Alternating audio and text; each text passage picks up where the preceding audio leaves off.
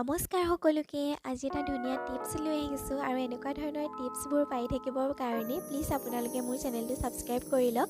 আজিৰ টিপছটো বিশেষকৈ যিসকলে কাপোৰত ডিজাইন কৰে, ফেব্ৰিক কৰে, এম্ব্ৰইডাৰী কৰে তেওঁলোকৰ কাৰণে বেছি সুবিধা হয়।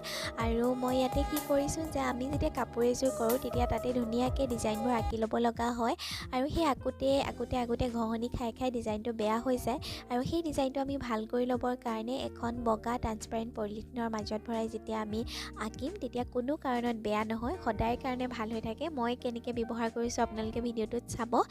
আৰু এইটো এটা খুব ধুনীয়া মৰাৰ ডিজাইন হয় আৰু এইটো হোৱাইট কাপোৰত কৰিলে খুব ধুনীয়া লাগে। হোৱাইট, বেবী পিংক এনেকুৱা ধৰণৰ কাপোৰত কৰিব পাৰে। মই কৰিলোঁ, ভাবিলোঁ আপোনালোকৰ লগতো টিপছটো শ্বেয়াৰ কৰি দিওঁ নে কি কয়। আৰু মই একেবাৰে নতুন, গতিকে আপোনালোকে যদি মোৰ ভিডিঅ' চাইছে প্লিজ ছাবস্ক্ৰাইব কৰি ল'ব। আৰু এনেকুৱা ধৰণৰ আপোনাৰ যদি বন্ধু বান্ধৱী আছে যিসকলে এনেদৰে কাম কৰি আছে তেওঁলোকলৈ শ্বেয়াৰ কৰিব।